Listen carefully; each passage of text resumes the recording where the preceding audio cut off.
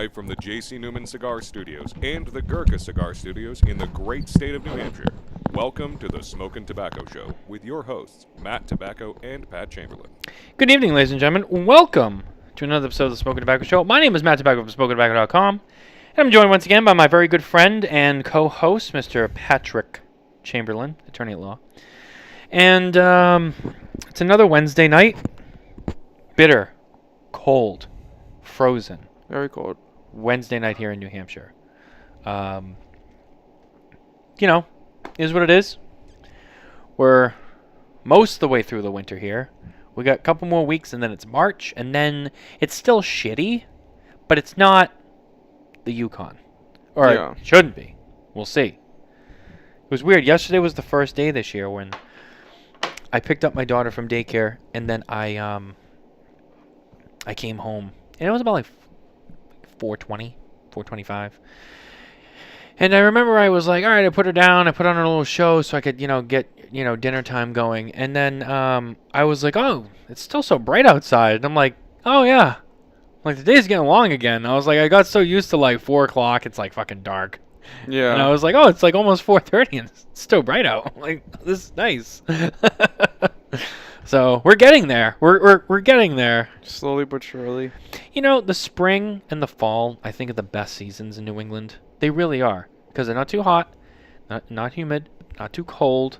They can be a little nippy, but, on a good day, it's nice.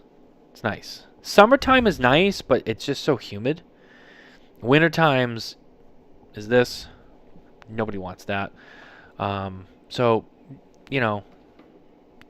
I look forward to the spring and the fall here in New England. The summertime, 'cause I'd rather have the heat and humidity than the ice, but spring and the fall is my favorite here. Would you concur? I would. Yeah. There's also nothing like the spring when, like, it's finally, like, comfortable to be outside at nighttime. Maybe a sweatshirt. Maybe you have to have a little fire going, but it's like you can manage, right? And you're just like, Yeah, that's I made the it. best moment. It's over. Yeah. Oh, my God. So, yeah, we're here. Sorry, I'm just, I got distracted before the show, and I'm just finishing a couple of show-related items that I was trying to pull up for later.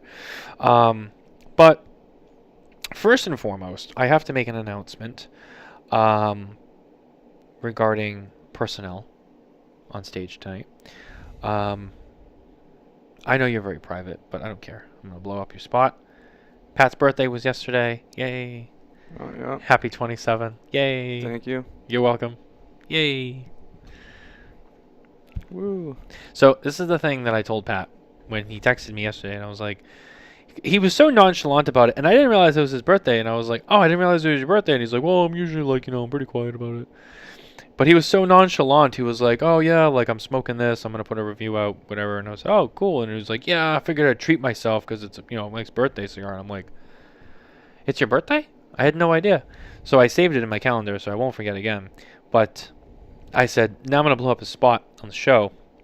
And this is what I told Pat. I said, well, because I'm 31, so I got a couple years on him. And I said, look, 27 is cool. But that's like, you have to survive 27. So you don't end up like in the 27 club with like Kurt Cobain and all those other people. And then you get to 28, and you're like, all right, I'm not going to be in the 27 club. So if I die at 28, I'm just some idiot who died at 28. But you're 28, and you're like, I got like a couple years left. And then you get to 29, and you're like, this is it, man. This is the last hurrah before I'm 30. Then you turn 30. And then that's when you start questioning life. And you're like, I'm not old yet, but I'm running out of time to make a decision. And, that's when you go one of two ways. You, like half of my friends who are over 30, some of them said, you know what, it's time. They settled down. They did, they got the house, they got the wife, they got the kids. And then the other ones, like my friend Edwin and Matt, who's about to be 30, I think, just going to perpetually be like unmarried, no kids, just being a bachelor. I said to my friend Edwin, I'm like, dude, you just going to be like that guy? Like when you're 55? He's like, I don't know. Like, you gotta settle down? Like, come on, man. I don't know. Carney did it Carney didn't really have a choice. Carney kind of came out of nowhere. He was 37, 36 when he found out his wife was pregnant, and then he did everything. And now he's over 40, and actually I think when's his birthday's like next week, isn't it? It's like next week. Yeah, it's in February. Yeah, I it's in think, right? February. It's usually around Pro Cigar. I think I have to look it up. I know it's coming up. He's gonna be 41. Like fuck.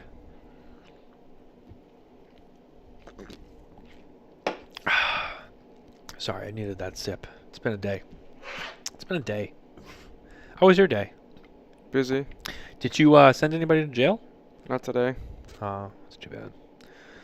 I don't know why I said that. That was fucked up. I don't even know why I said that. Like, oh, it's too bad. Like, I'm sorry. I don't know why I said that.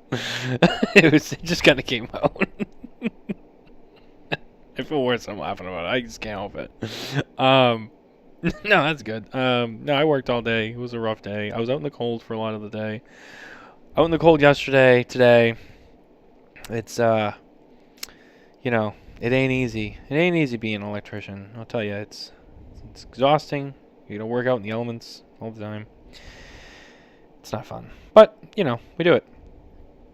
So a couple of things. First of all, let's talk about what we're smoking, and some of our friends that we have with us. Let's start off with our cigars first, and then because I have a list of things I want to mention on the show tonight. I'm just trying to get it all aligned in my mind. But our cigars are once again brought to you by the number 2 guyscigars.com. That's right, the number 2 guyscigars.com. Head over there today for an amazing selection of cigars and cigar accessories that you know and love, and maybe some new brands that you've never heard of. Go to 2guyscigars.com. Place an order, please. Place an order with those kind people. They're going to take great care of you.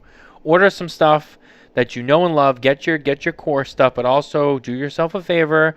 Buy a couple of things you've never smoked. Explore. Don't be a baby. Don't be an old man. No offense to the elderly, but we got to break that tradition of like, I buy 4 boxes of this every month and this is what I smoke. Buy something different. Explore. Like in the 60s. Come on, man. That's what Matt Booth would say. You got to explore. You got to plant your seeds in multiple fields and multiple pots. You got to watch many different flowers. I don't know. He'll go on some fucking soliloquy. This cigar is not available at the number 2guyscigars.com, but that's okay. I'm smoking the Leo 10 from Nova Cigars, made at Tabacalera Puente in Dominican Republic. And I see a white label over there. Yeah. Someone's treating themselves 2 times this week. What do you have? Is that it? Wait, let me guess. I can't see the secondary. Is it an Anniversario? No. Is it a Grand Cru? No. Really? What is it? Signature. Fuck. How did I not? Yeah, it's Signature 6000, so it's the Robusto. That's a good one. Grand Cru. For me, it's like, when it comes to Davidoff, it's like Grand Cru, Anniversario, Signature. You remember the 702 series? Mm-hmm. I used to like those. Those were good. Millennium. And then Late Hour. I like the Late Hour. I like the Late Hour. The white Winston, not bad. The Late Hour is way better, in my opinion. I have the It was the first box of Davidoff I ever bought.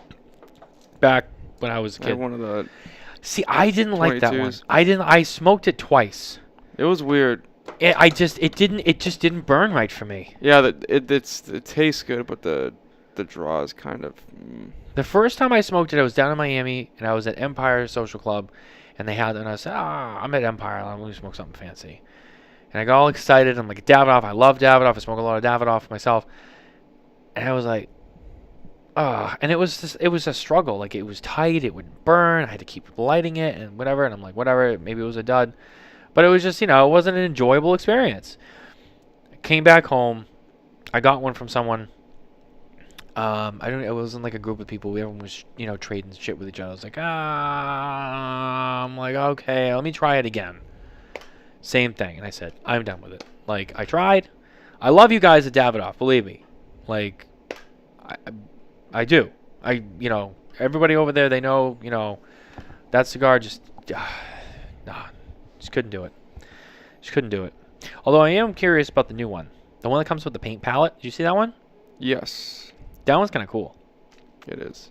The one thing I'll give Davidoff is they make great cigars. I mean, I think that goes without saying. But, again, like the old saying goes, no one cares about packaging, but everybody does.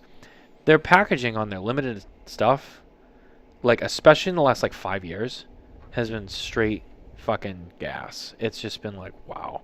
Like, they don't make it... The thing about Davidoff's packaging that I love is, like, they make cool stuff that makes a statement, but it's not too over the top. You know what I mean? Like, they don't make it too complicated, but it's like, wow, it's memorable, it's cool. It's like, I kind of want that as a display piece when it's empty, but like, you're not like, wow, they put so much into it, it's like too much, you know? Like the Year of the Dragon, like the packaging on all that was, you know, packaging of the year, fucking fantastic. The 25 Winston, it has like the box opens, it's got the artwork, which is a real, you know, it's a real thing. And then it's got like that paint palette thing. I'm like, that looks cool in the box. Like that it just looks cool. Like I know like I'll never use it and be like, oh, I have a paint palette. I'm gonna paint with my Davidoff fucking stupid thing. But I'm like, I like the box. Like I would keep the box and put it up on one of the shelves. Like it's kind of cool. Like it's nice. I don't know. I appreciate detail. Yeah. You know, I know you do too. So as much as you don't say much, I know you think about it. So Yeah, I appreciate the detail on limited boxes. yeah, that's the other thing I wondered about. I also like minimalistic. I'm weird. I like it's.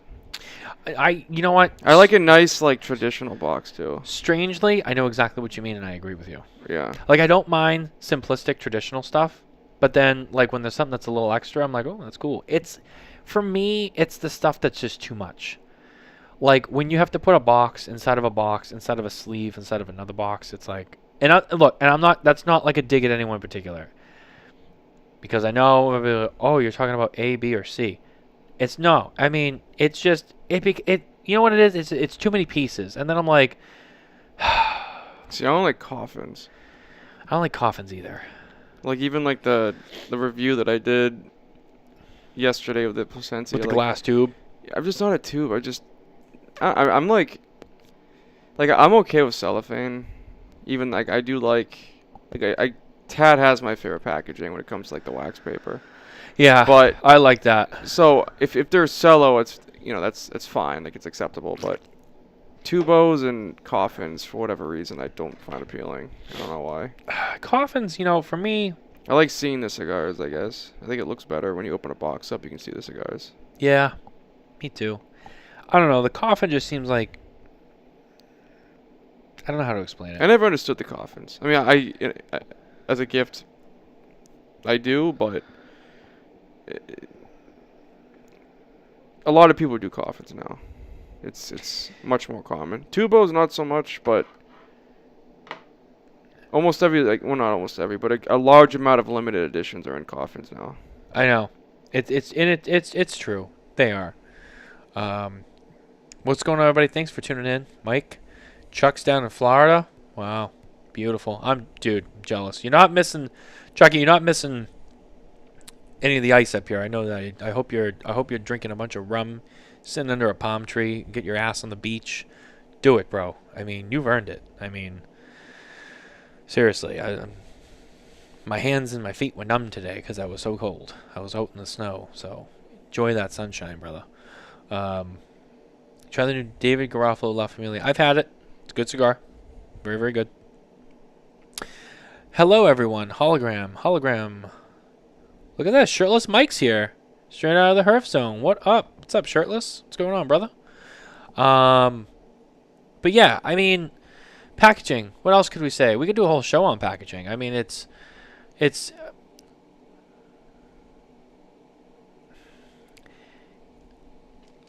I think you and I agree a lot on packaging. Like the things we like and things we don't like.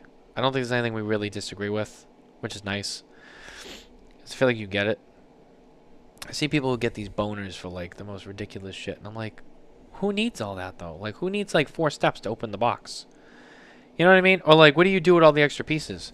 Like the box is cool, but then it's like if you throw away like the 3 outer pieces, It wasn't on the chair though. That's what I prevent. I saw it like as I'm drawing. I saw the ash coming down, and I was like, did it burn? no. Is it like in your hand? No.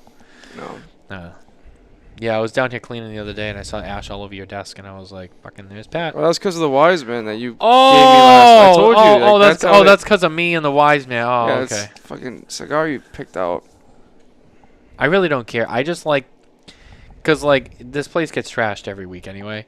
It's just the fact that it gives me an excuse to pick on you for something on the show, without like making something up. Like it's legit. Like you could look at his desk right now. Like you could see it on the camera. The ash everywhere.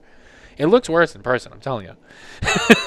Did you just brush it on my foot? What a dick!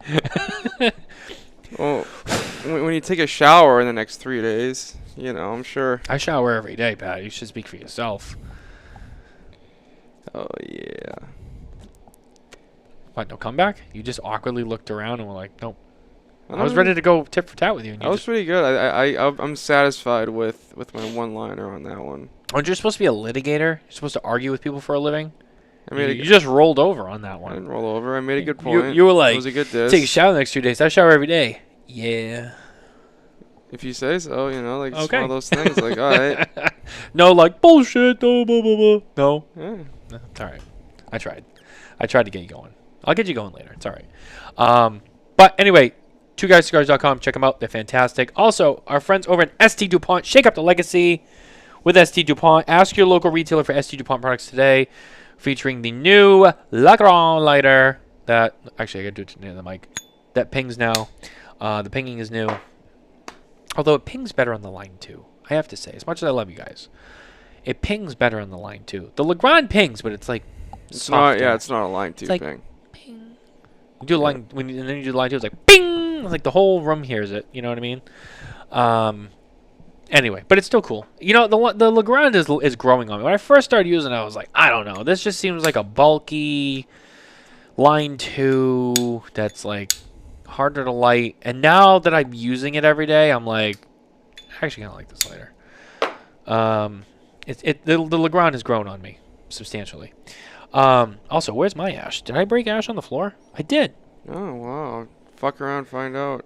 I stretched my leg. Sorry. It's my house though. I can do what I want.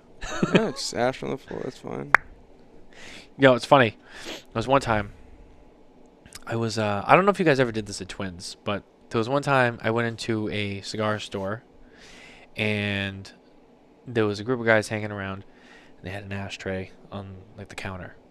And they were all like, 5-7 feet back. And they all had like good ashes and they were like doing like basketball with like the ash into the tray. Oh, I would have lost my shit if I saw that. Dude, just ash everywhere. And they're like, yo, we're playing basketball. I'm like, what the fuck are you doing? Like, who's Yeah. cleaning that up? That would've Like, been it was bullshit. just everywhere. I was like, oh, I mean, don't get me wrong. I would have had fun with it because it's not my mess to clean up. Because it's like, all right, I'll play along. But then as like a store owner, I'd be like, who the fuck's doing that? Like, oh, man. We should do that here sometime. We do ash basketball. I mean, Pat's going to miss every time, though. purposely. Yeah, I know. Yeah. And then he'll be like, all right, you guys clean it up. I'm gonna aim for the ceiling. You could. I don't think you'd be able to get the ceiling. You'd be surprised. I don't think so. Yeah, I wonder if the fans were up high enough and you got it close, would it just go suck it up? I mean, those, like, when you crank those, I don't know if I've ever fully cranked them with you. Those things are intense. Like I never have them full. I always have them like 55% ish when we're down here. Dude, at like full blast, those things move. I'm like, you get an ash by, it just goes, sucks it up, blows it outside. That's what we need. We need like a universal ash vacuum that just takes all the ash and just blows it out in the yard. Someone should patent that. An automatic ash cleaner for lounges. That's what we need. It's called a vacuum. Yeah, but like one that just automatically, goes around and does it itself. It's called a Like a Roomba? Roomba. Yeah, but it doesn't. But a Roomba can't go up into ashtrays and empty them. Yeah, I mean, if they made like $1,000 smoking blanket, then anything's possible. Yeah, that's true. Anything's possible. It's 2025. Yeah. I mean, they fucking make a hybrid cigar vacuum. I also just want to take a moment to shout out our friends at Perdomo Cigars. with our Cigar of the Year 30th Anniversary Sun-Grown Epicure, as well as the Maduro version, which also was on the list at number 12. Perdomo cigars are fantastic. They're made of the highest quality, and they're made with true passion. There's a reason why every box comes with the words quality, tradition, and excellence. It's the Perdomo way, Perdomo cigars. One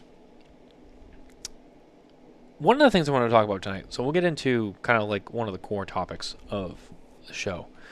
Now, you worked in retail, so I know you're going to have a lot to say about this, which I totally welcome, because I want to get your thoughts on this.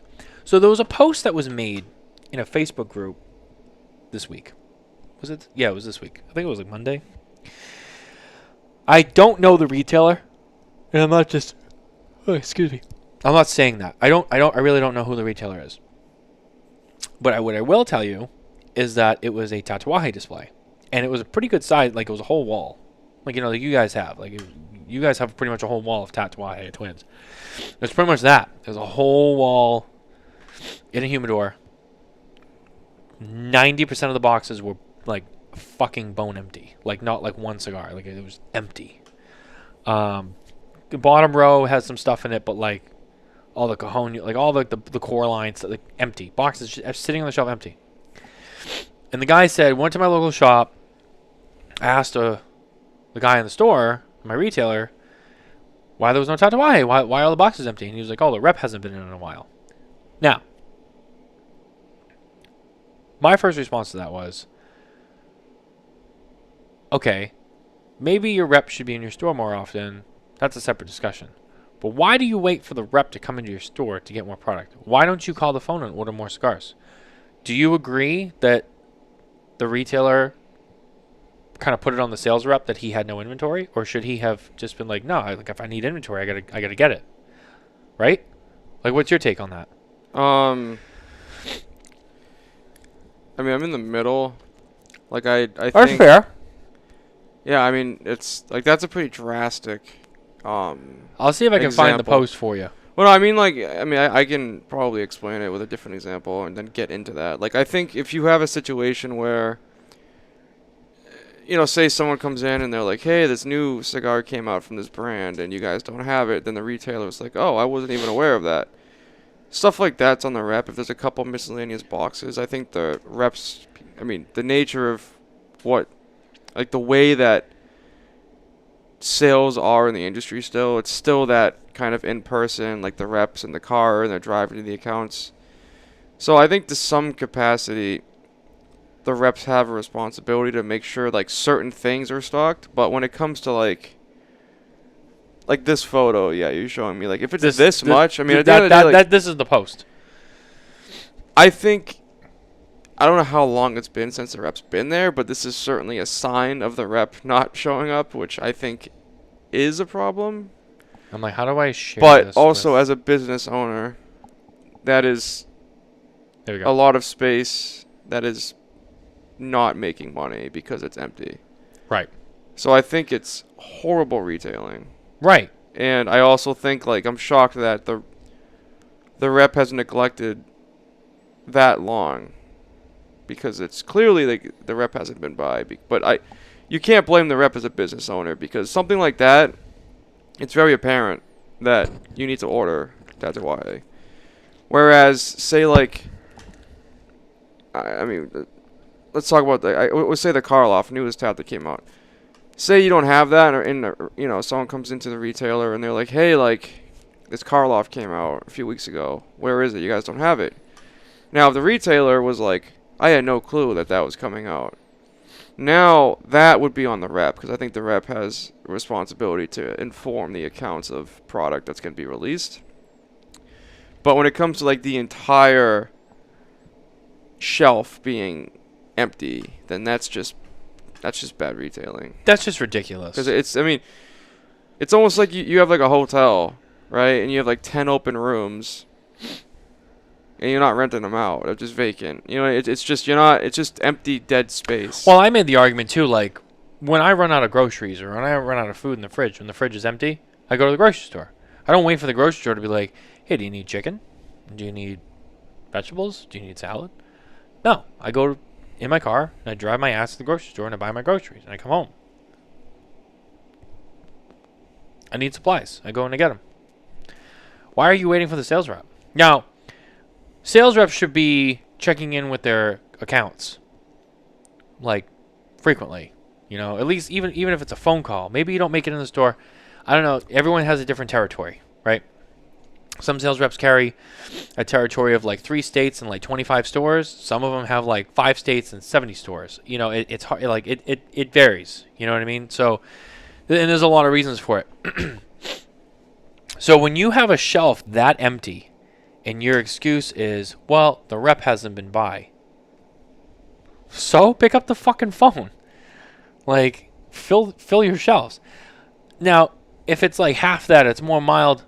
You know, I know the other points you were making, like, but that empty. I mean, you know, especially on the product that moves, core line or like, you know, new releases, like, you know, you should have it. You know, especially if you have a shelf. If you have that shelf space for that much of a brand, that means you probably do a lot of business with that brand. If you don't, you know, you're going to have like a little bit. But when you have that much dedicated space for a brand like Tatuaje, which is a big brand, like, you know, obviously there's a lot of traffic for it. Why would you let it be empty? Even if it was like, oh, I'm going to make a statement. You're hurting yourself. You're not making a statement to Tatuaje. I guess if you look at, I guess the counter argument to this would be, I mean, we're looking at this from the retail perspective. Like, you know, and, you know, I see comments, one phone call, very valid points. But now what I would say is if let's say I was Casey. Okay. And I get a phone, you know, and I get it. One of the customers of that shop that took this photo reaches out to me and they're like, hey, like, here's a picture of this shop. And this is what the shelf looks like. If I'm Casey, my reaction is not going to be, that retailer sucks. It's going to be, why hasn't one of my guys told me that this, like, how is this even happening? Right? So Yeah. I think that's why it's like a mutual thing. I think it's bad business because you're just not making money. Either way, it's inexcusable.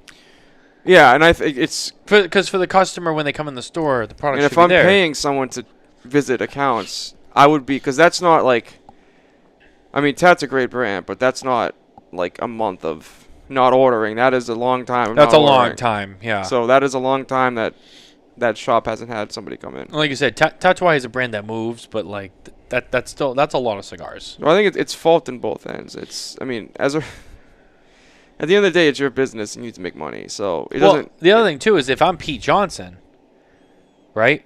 Regardless of like if it was the store or the rep, like, you know, if I'm Pete Johnson, that's my brand. So when I see, and I know he saw it, and I don't, you know, I really don't care what happened. It's none of my business. But I know he commented on it. And he's involved now. But if I'm Pete Johnson, I see that, I'm like, why is my fucking brand like empty box on the shelf? Like, you know, I'd be calling the retailer and the rep, be like, what the hell are the two of you guys doing? Like, at the end of the day, it's my brand. I'm trying to sell cigars here. Put them on the shelf so that my customers can get it. Like, you guys got to work together. Like, this is ridiculous. Right? Yeah, and I mean, there's times too where like you won't hear from a rep for a while, so then you don't order because you're not talking to the rep, and then suddenly the rep's gonna reach out like, suddenly, oh, you haven't placed an order in a long time. You know, you just get something going, blah, blah, blah, because they have to meet their numbers, right? So, I mean, it's both ends of it. Like, it's not every visit should be business, but it's true. there is times where you only hear or see from certain reps when Well, the other thing an too order is needed. is as much as I predominantly I think it's on the retailer. Because they're in that store every day. They're the only one that's in the store every day. They know what inventory they have. They know what inventory moves. They know what their customer wants. They should be proactive in knowing what they need to have on hand. Now, as the sales rep, if I'm a good sales rep, even if I don't make it into a store as much as I'd like to, for whatever reason, right? Like you said, they have numbers and stuff. If I'm a good sales rep, I'm at least calling and saying, hey, everything good? How you doing? Doesn't even need to be a big conversation. but checking in, refreshing their memory. Hey, it's me again. Giving them the opportunity to, oh, hey, you know what? Getting a little light. Oh, what do you need? Let me, what can I get for you? Let me call the office. I'll have them send some inventory. Something, I think the sales rep should, it's not like when they need it, like, oh, hey, like, if I'm going to be a sales rep, I want to be a sales rep that my company obviously appreciates because I make them money because I'm moving their product.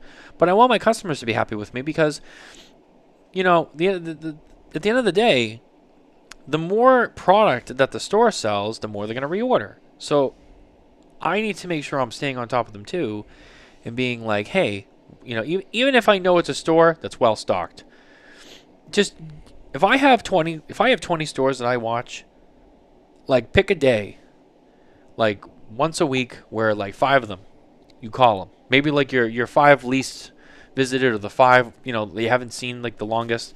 Just give them a call. Hey, just touching base. I'm on the road. I got a lot of shit going on.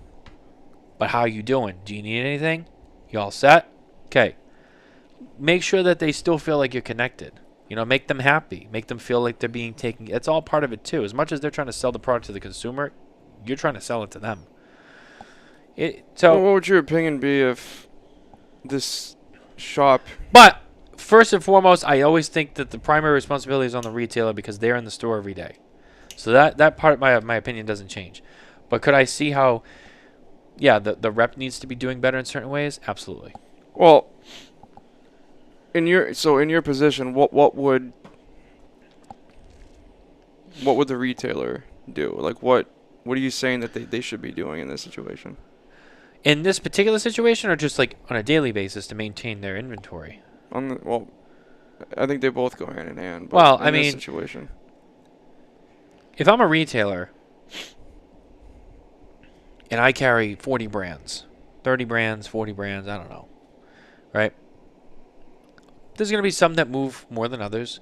There's going to be some that I carry more SKUs than others. There's going to be some brands I carry like 4 SKUs. There's going to be some brands I carry like fucking 50 SKUs, right? And that's how it happens. They all should be treated the same. There should be priority given to your highest selling stuff, because it's the stuff that moves the most often, and you have to reorder it more often, so you have to stay on top of it.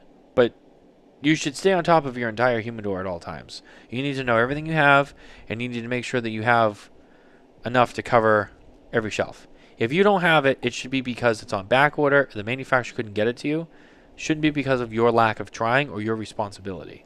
Now, having said that, if you find yourself in a situation, for some reason, where you're completely out of a brand like Tatuaje, which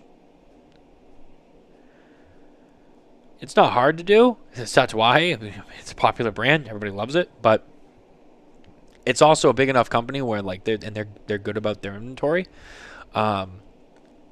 It's not impossible to get inventory from them. You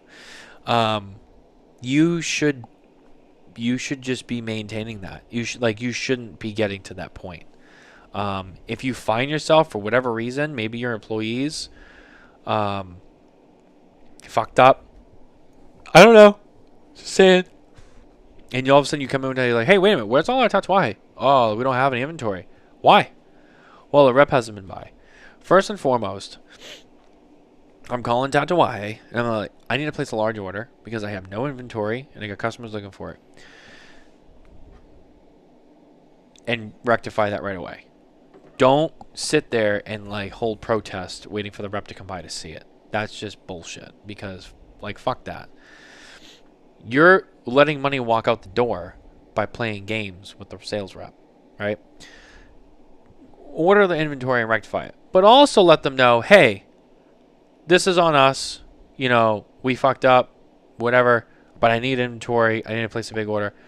By the way, not that it's the reason, because we should be on top of our own inventory, but we haven't seen our sales rep. Maybe he should be checking in to make sure that as it's getting low, it doesn't get to this point. And, have a conversation. But it's still first and foremost, before bringing not that the rep has no responsibility, but before it gets to that point, the retailer should always be responsible for their inventory. They're in the store every day. Well, so for argument's sake, you're saying it's not primarily the rep's responsibility. So, take this exact... Like it is. Well, I mean, but this is going to twist your thoughts a little bit, probably. And so, same scenario. Empty tat shelf, right? Retailer... Alright. Rep 2 comes in for, whatever brand. a different brand. Yeah. Different brand. They come in, and they're like, hey, I want you to sell my cigars, and we'll give you a good deal. It'll be beneficial, blah-da-da. Retailer then sheds empty tat section by 2/3. Oh, this is another good point. Yeah. So now, 100%. brand new product is 100%. there from a rep that just went in, built a relationship, and took 66% of the real estate that Tat had. Now whose fault is it?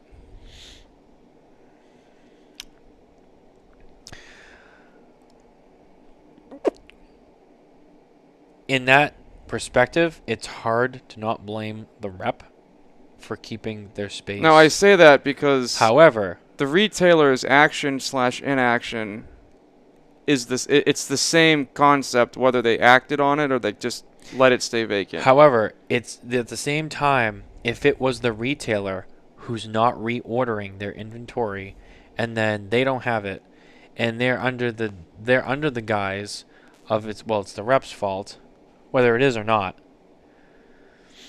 And then someone else comes in and they take away shelf space from Tatuaje, which is a stupid fucking move, and they give it to someone else, which and it could be anybody, and there's a lot of good other people out there, so nothing against them. But still, losing a lot of Tatuaje space is, I don't think that's a good thing in most shops in America. That's a retailer shooting themselves in the foot. Now, it sucks for Pete, and it sucks for Tatuaje. It does.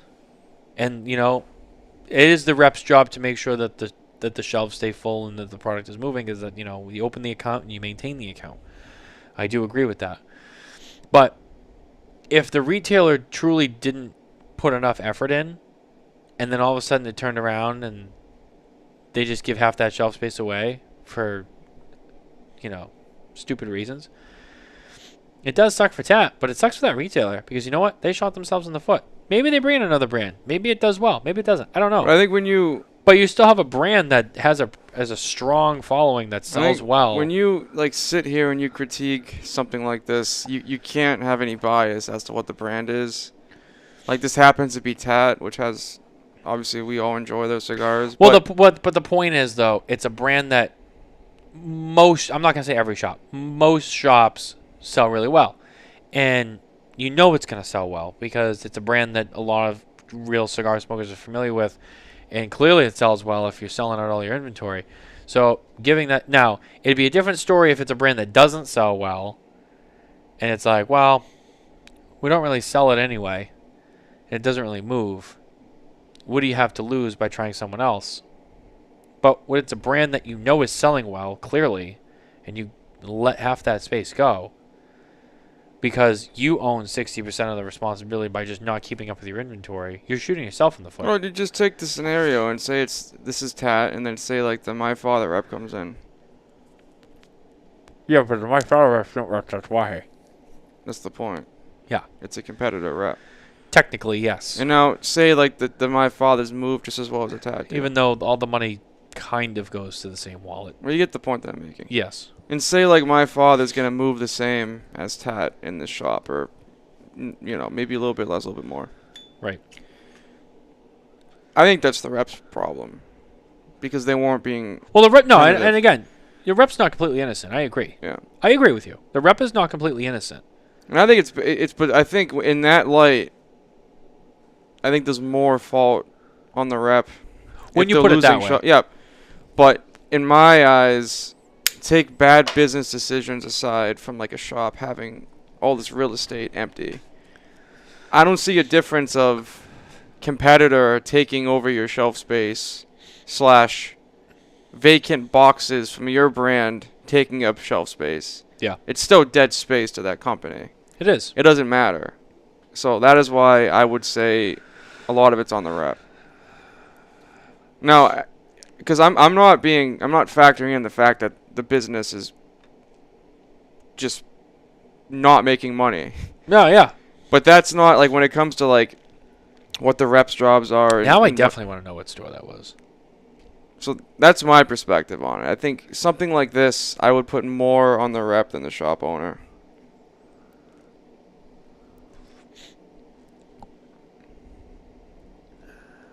Oh, that's actually a grocery store.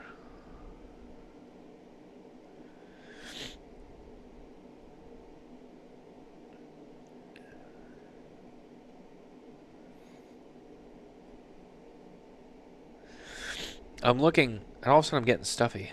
It's so dry down here.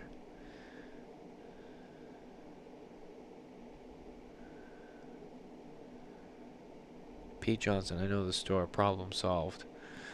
I hope the solving of the problem was that Pete got to sell like a shit ton of cigars. Ronnie Haysha, hashtag GoFundMe. Fucking Ronnie Haysha. That's funny. Yeah, I mean, I don't know the store. This guy says, saw this day at my local B&M. Where's he from? Texas. I guess the way I see it is you have reps because they sell cigars. Yeah. They get commission, whatever the pay format is, it's reliant on how many cigars they sell. That's their purpose. It's not to just be somebody who's taking phone calls when they need to place an order. Right. That's because then you would just be Padron, and you just don't have reps because people buy it anyway, and you don't have reps traveling the stores.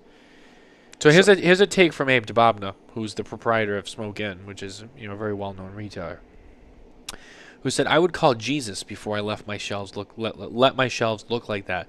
You cannot let a rep's incompetence affect your business. Otherwise, you are equally incompetent. You get your products for your consumers no matter what. That's why you call or email directly to the company." And that's a pretty well-known retailer right there. Which kind of like is similar to what my stance is on it. I mean, Jay Davis, my favorite is the shelf talker, quote, only sold here, attached to an empty box. Fucking Jay. I love Jay. I really do. This is why I love Jay. He's not afraid to be a smartass. That's funny. I like that. yeah, I think bad business practice and the reps' duties are separate. So, And by the way, Jay Davis would never let that happen at Blue Smoke in Dallas, and he's a great Tatuaje retailer. yeah, that is my opinion. No, you know what? And I'm glad because like I said, you worked in that realm, so it's interesting to see what your perspective is of it. But yeah, I mean, And when you have good retailers like, where I worked, it's as a consumer, you can almost kind of guess which brands don't have reps that come in because Kurt doesn't keep empty space. So no, he does not. you will start seeing brands shrink to nothing. Yeah, Kurt Kendall, David Garofalo, never let that happen. Yeah. Never let that happen. But you see Abe Dababna, never let that happen. you'll see like the brand shrink though because there's other people that are more tentative. Like there's reps that are offering to do events. It's there's real reps that estate. are like talking to people. Like It's real estate. It's the same as like, you own 7 blocks in Boston, right? And you got property on all that space, right? That's income. Each shelf is like a street with houses on it that you rent out. That's an income. If you let two streets of your houses just be empty and vacant, for 3 months, that's 3 months no rent. All those properties. You got to get people in there. You got to get people paying rent. You know what I mean? It's real estate. It's the same concept. It's that space is there to turn over money. So if someone else ain't living there, it's time to go. Let someone else move in. They're gonna pay the rent. So, exactly, 100%. You're right. It's it's sad to see that shit. It's like, and I feel bad for the consumer because I know what it's like to be like, oh, I'm really in the mood for like A, B, and C. Like I'm gonna head down to the store, I'm going to grab some when I come home. And there's nothing worse than driving all the way down. And I'm not talking about rare stuff either. Stuff that should be on the shelf, right? You drive all the way down there, and you walk in. You're like, hey, man, can I just get a couple of these? And like, oh, we don't have any. And you look over at the display, and like that whole brand is gone. You're like, dude, I can't even buy like my 3 backups. Like, you're going home with... You're not going home empty-handed, though. I'll tell you that much. You're not going home empty-handed. You maybe drove down there for, A, B, and C. You're going home with something. You're not just going to be like, oh, well, call me when it comes in. You're buying somebody else. Oh, you know what? I really like these. I should buy a box of these. You go back. You buy a box of that brand. You didn't buy a box of the brand you originally went in there for. It wasn't there. So you tried something new, and then you went back and bought more of those. Next thing you know, you're a brand D, E, and F guy. A, B, and C is long gone. But like one of the things, like the last thing I'll say about it is, I mean, like, the duties are in the name. Like, you're a brand representative. So you're paid to represent the brand through selling and then display. I mean, I'll take one example. You take Roy from Padermo. When he comes in, he'll do an inventory on what you have. Ray's a fucking great rep, too. And Padermo, like, they force the retailer to display the boxes in a certain way. Yeah. Because that's how it sells. And because Roy is hired to sell the cigars and make sure you're selling the cigars, he will make sure that that display is done the right way. And if there's one box in the wrong spot, he'll switch the boxes how this because the way Padermo is running and the way that they believe their cigars sell, it's having the display look this way. So like that's what a cigar rep should be doing, and that involves you checking in on the shop. Like in this case, like in Pete's case, I would be upset with how this display looks because, again, the retailer shouldn't have vacant space, but as a company, it makes me look bad because customers are going to be asking, why is this empty? Like, why is Tatuaje just neglecting? Like, do they not have cigars to sell? Like, what's going on here? Yeah, because you know what? Good. You're right. Because the average consumer, right, they don't know. Maybe Tatuaje is just dropping the ball and being a shitty brand. Like, they don't know. Like, that's not the case, but now people looking at Pete like, oh, yeah, Pete doesn't ship his cigars. This customer here didn't go. I don't think this person just went to the owner of the shop and was like, hey, Joe, like, what's up with Tat? No, he took a picture and posted it on a thread. And now we're talking about it on a show. So here we are. And again, it all goes back to why I impute most of that on the rep, because that's the chain effect of letting that happen, which is what you're hired to prevent. Absolutely. Yeah, it's just, it's like I said, you know what it goes back to at the end of the day, and you made a good point about this. If I'm Pete Johnson, I'm pissed. Like, no matter who, I think it's a dual responsibility between the rep and the retailer. They have to work together. But regardless, if I'm Pete Johnson, I'm pissed because the customer walking in the store and they see that, they're not thinking about the retailer placing an order. They're not asking about the sales rep. First thing that they're gonna think about is, oh, why don't you have any, like, oh, you don't get cigars from Tatuaje? Do they not have any? Do they not send them? Are they not good about they're thinking about the company first. Oh, what's wrong with Tatuaje? Nothing's wrong with Tatuaje. It's the people below them. So, I hope Pete rectified that. And I know Pete. Pete doesn't fuck around. You know Pete, I think, right? Mm-hmm. He doesn't fuck around. So, I'm Pete Johnson. I see that.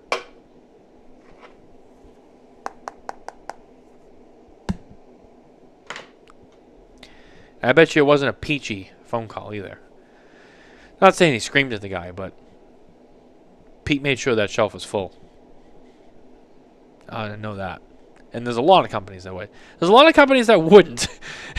No. We know that too. There's companies out there that would be like, which, shame on you. But there's a lot of brands out there that would pick up that phone and be like, fill that fucking shelf. Get them cigars, get them in there, put them on the shelf. Keep it rolling. Like, And I just use Roy because Perdermo is just like I think Perdermo is probably the strictest company when it comes to I gotta grab a tissue. I'll be right back. Sorry. when it comes to controlling the retailer's display. I think Perdermo is the most controlling, and it does. I mean, obviously it's doing well because Perdermo sells well in every shop. But if you have one empty box, there's been times where like we will freshly run out of like we'll take champagne because that's like the Coca-Cola of the industry now. Like a champagne Robusto is sold out, and there's an empty box on the shelf. Like, Roy doesn't like force you to do something, but he's like, you have to order this because he as a like that Perdomo as a brand does not want the perception of we don't have champagne Robustos in stock. Like if you're carrying that it's the number one line, selling SKU. Champagne. yeah, if you're carrying this line, you're going to carry the line. You're not gonna like run out of boxes and let it sit there and be like, we'll get it at some point. No, like you can't, because it doesn't look good on the brand. Look, there's a lot of there's a lot of brands out there that know how to merchandise. Perdomo is one of the upper echelons.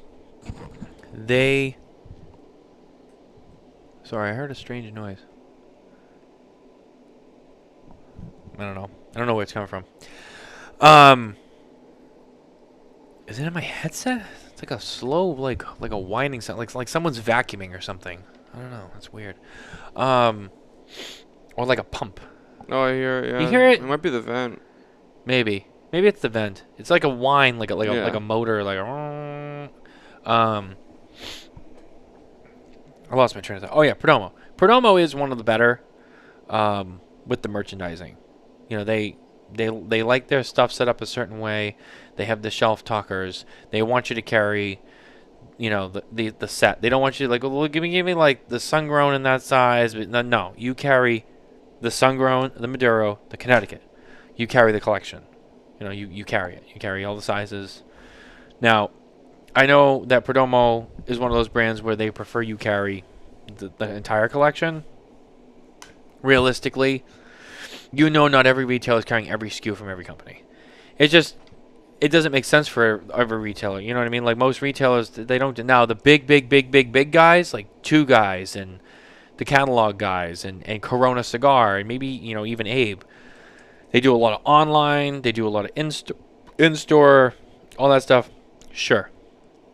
They probably carry almost all of the SKUs. Not all. I bet you they don't carry all, but they probably carry 80%, 75 to 80% of the SKUs from the big names like Perdomo, like Tatuaje, like Arturo Fuente, if it's available, like JC Newman. They probably carry the majority of the SKUs because they have enough avenues to sell it. But the guys that don't have an online presence, they don't have a catalog presence, it might be a big store, but they're going to carry, good amount. Like Perdomo, they probably carry 50% of the line, at least. Sure, because, most people know champagne, the number one seller. People like to buy the 10ths, performed great. People love the 20ths. The 30ths are taken off. I know that they don't sell the 30ths to everyone, though. They're a little bit more limited on the 30ths. But, like, all the other stuff, the Habano barrel-aged, they fucking sell tons of those. So they want everyone to carry all those. And people do. And when's the last time you went to, a legit cigar store and you didn't see Perdomo in most of its entirety? You know what I mean? Like, not every store carries 12-year. Not every store carries the factory. I don't even think they distribute the factory. You know how they get, like, that factory blend? Yeah, what is that called? But I don't even think stores carry that. I think that's exclusive for when you go to the factory. Yeah, there's some special. Like the Perdomo factory tour. It's like the estate. Perdomo estate. Yeah, I know what you're talking about. No, it's just the Perdomo factory tour blend. Oh. They have it in Miami. When I went to the office in Miami a few years ago, like they have, they actually have like every fucking box. They have like a, someday you'll go. Like this whole wall is just like a display, like a retail display, and it has like every single box they manufacture. Now, realistically, nobody's carrying every goddamn SKU of Perdomo, unless it's a Perdomo branded or Perdomo owned store, which they actually have at the office, which they do. They sell them all. But that's what I mean. Like there's some that like people don't carry, but like all the stars, like they carry them. So I think it's just part of good business. Now there are some retailers out there, and someone like Dave Garofalo he's talked about this, and next time I have him on the show, we'll obviously bring this up. But like, there are some brands out there that they try to push you to carry a certain majority percentage of their brand in your store. And I don't want to get too much into Dave's business because it's not really mine to talk about, but Well, I can even probably talk about this too with probably. detail. I just, but what I will say, what I know about Dave is, Dave's very smart. I mean, Two Guys Smoke Shops have been in business a long time, and it's not just because they're a sponsor. I mean, they're celebrating 40 years this year. I know because Dave's posted about it like 100 times, but at the same time, he should, because that's an accomplishment. Especially building up your business in Boston and then starting over in New Hampshire. I think it was the right move. But at 40 years, that's a long time. I mean, Kurt's, how many? Kurt's just almost under 30. He's 27? 27, I think. So he's only, that's a long time too.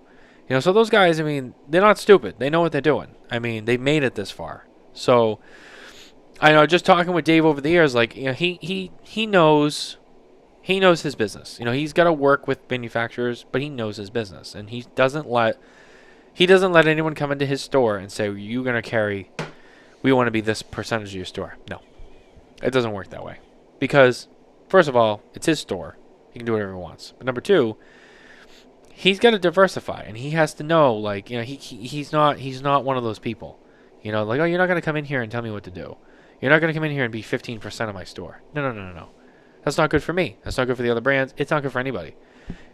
Might be good for you because you get all your cigars in here, but no, that's not going to happen. So, someone like him would be, great to talk about that with. But now we're kind of getting off on a tangent here. Let me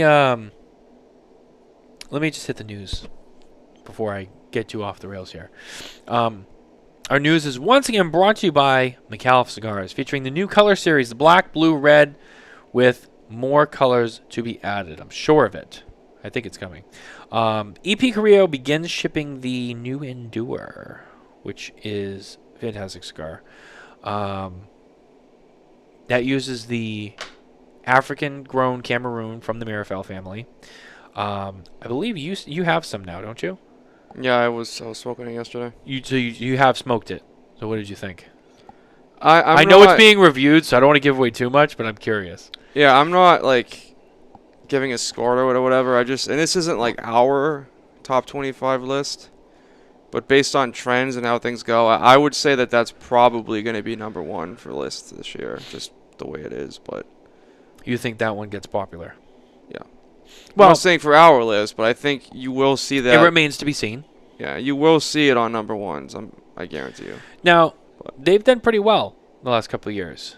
They got the Pledge, the Encore, with Cigar La Historia Aficionado, like 10 years ago. Yeah. Usually when they make a cigar, it's gonna get ranked high. They have a good track record. Carrillo, factory Casa Carrillo, they have a good track record. They've made some great. I've smoked every single one of those cigars. Pledge, Allegiance, Pledge of Allegiance, Encore. This is a rebound for them because the Pledge of Allegiance put that company down on my list because of how horrible that second release was. The first release was good. It was very good, but the second one was the worst product I have seen hit the shelves within the 5 years of me being in retail. In general, or just from them? In general. Really? The construction was utter shit. The wrappers were utter shit. It's Connecticut broadleaf, but it is the thinnest. You can almost see through the wrapper. Yeah. Horrible. And I love the brand. I speak highly of them. But that one release, there's no excuse for it. When you can see through Connecticut broadleaf, you have a problem. It's because that's a thick wrapper. They didn't get good broadleaf. I don't know if they just weren't able to get it. I don't know. I'm sure there's a reason for it. Connecticut broadleaf, that's not cheap. That's expensive. Well, they probably couldn't get what they needed for it. Right. It just, like, sorry, but pure honesty here. Horrible release. Well, you got to be able to dish out the negatives. You can't just be all positive all the time. You also can't be all negative all the time, because then you just sound like a dick. But the Enduro is very. Got to give and take. I think that's going to be very competitive this year. There was very little. I didn't review it when I smoked it yesterday. It was just kind of like I want to just have it because everyone's talked about it. I love Mirafel Cameroon, and I was impressed with it. Yeah. I can't wait to read the review on it and get your full thoughts on it. It's early, but I'll tell you that I need to smoke it a few more times. But I think you might be onto something. I'll know for sure after I smoke a second one. But yeah, that first one was like, wow, this is good. I mean, you smoke cigars for a long enough period that, like, every year you kind of have, like, an informal list in your head. And you notice, like, when something is, like, in that upper tier and the way that it hits you. Yes. And, like, that cigar was, like, it had that effect where I'm like, okay, this is, like, noticeably remarkable. Right. Right? So you can kind of gauge when you smoke something, even if it's the first cigar you had out of everything that's going to be new in the year. Like, it has that effect on you that puts it where it's going to be. So. No, the thing is, I mean, we can be transparent about everything. The consistency now is what that cigar is going to have to stand up to. Like, is it going to be, it's already back ordered, right? Is it going to be, how are they going to respond to that? Are they going to start rushing production? Like, I mean, Perdomo did well on the list, but the Maduro, when we were, like, kind of tug-of-warring it, it was started off pretty high. And then throughout the year, you know, it started going down when we were doing the re-smokes, because that's how the review process works. We don't just smoke it once and we're like, oh, yeah, it was good, like, 8 months ago. I told Nick about it, too. I was like, you know, beginning, when they first came out, they were great. And then we did subsequent re-smokes, and they just kept going down and down and down. Well, the Maduro was my number one over the Sungrown originally. Yeah. But, so, the fact of the matter, so is the Endure going to be, is it going to endure the year? Oh, I like what you did there. Is it going to be good? That would make Coop giggle. end? That would make Coop giggle He's right like, there. Yeah, let's say that, yeah. I like the wordplay, yeah. Listen, I don't feel bad about making Coop this week because I've had to watch him go down to Saga in the Dominican Republic twice. All in 24 hours. He went yesterday. I'm pretty sure he went yesterday. And then I think he went again today. It's like, round 2 at Saga. I'm like, fucking guy, living like a king. You don't know about Saga, do you? No. Saga is like, it's a restaurant in the Dominican Republic. It's very popular. You know, steaks and it's good. But it's part of, like, you know, going to Pro Cigar and you go down to the factories, you go to Saga, whatever. And it's his absolute favorite restaurant in the entire world. And he goes every year when he goes to Pro Cigar, and he goes with Fred Rui and a couple other people, and they get tomahawks and they get fucking just it's a spread, man. And they eat like Roman kings. And he goes on Facebook and he'll post like 100 photos and be like, Saga. He loves it. So I'm like, yeah, he's at Saga right now. He can take a little making fun of. So. Yeah, so that'll be the test for that, is how do they respond to the back orders? That's a good point. Because, yeah, does the quality suffer? Time will tell. But that's our news for this week. And, wow, shit, we're already well over an hour. Yeah, that was most of what I had for the show this week to talk about. I mean, I had somebody that I was going back and forth with that was supposed to be on, then wasn't on, and fucking then he bailed because he's a bum. No, I'm just kidding. I love him very much, but that's okay. I wanted to talk about a couple of things anyway, so I'm glad we brought this up because it was a good point, because I was like, oh, this is something very specific we don't talk about a lot, and I wanted to make sure that the regular consumer, you know, heard all the aspects of this, so that when they walk into a store in the future and they see that, they don't just go, oh, shame on the brand. Nope. No. Before you even get to the brand, let's take a step back. You know, but I think we covered it really well. So one of these days too, we got to do the pipe show, which is something I want to do too. I keep seeing my pipe over there, and I'm like, oh, I got to do the pipe again. Which we'll do. After this week, we're actually booked with guests for a while because we have a lot of getting towards PCA. Everybody wants to come on. They want to peddle their wares, so it's coming. So we got a lot of people lined up. But yeah, no. Other than that, we'll get to it. Oh, excuse me. Sorry for the yawning. It's been wild. It's been a wild week. Also, I did want to make a statement. I wanted to thank everybody who commented or texted, called, messaged, whatever. Anybody who reached out to me or Nicole about our daughter Anastasia having to have surgery. It's not like life or death surgery, but it's still surgery. So thank you very much. I appreciate the support and the kind words and the respect and the love. I really do. That was very nice. I just, I just figured I'd let everybody know, because we're, obviously it's nerve-wracking as parents, but also just so people know we have that going on too. At times maybe things seem a little different with us. We have that coming up. So but really, thank you guys for all of the kindness. I really appreciate it. The amount of messages and stuff that I've gotten over the last week have just been like, wow. It's just it's really nice. So thank you very much.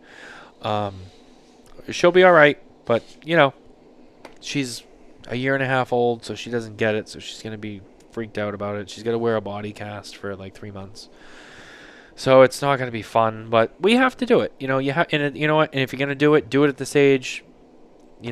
Better than when she's older. So we're just gonna do it and move on. And now I know for next time.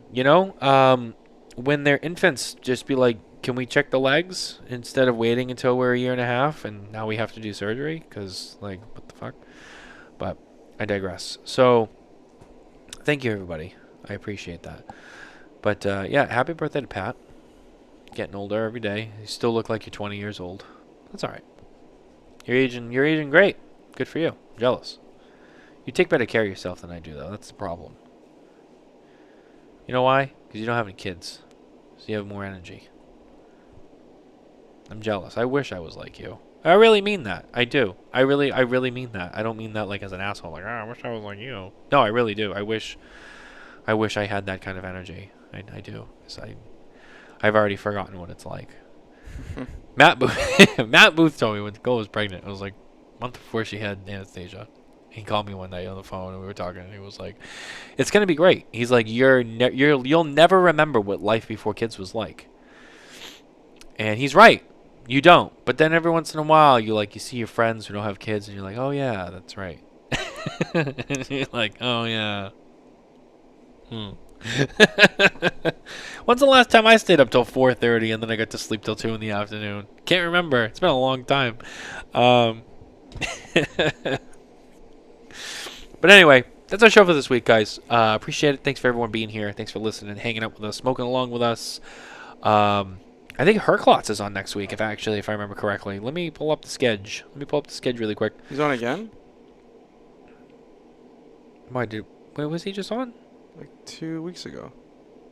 3 weeks ago. Oh shit, he was on. You're right.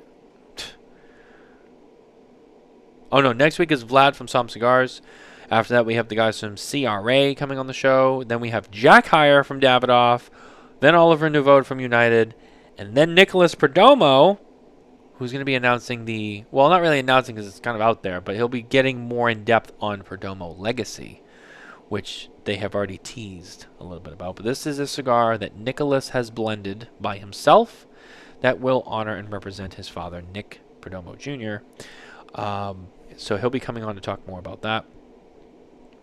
And then we have the week before the trade show, which we'll do our annual pregame show where we talk about the trade show and everything that's going on. And then the week after, we will be in New Orleans, which Pat may be there with me. We have to talk about it. We'll save that for off the camera. But Nicole won't be there.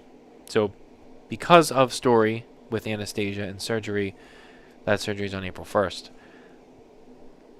She will not be coming to New Orleans now because she will be home tending to the child in the body cast. So she won't be there. So she will be replaced.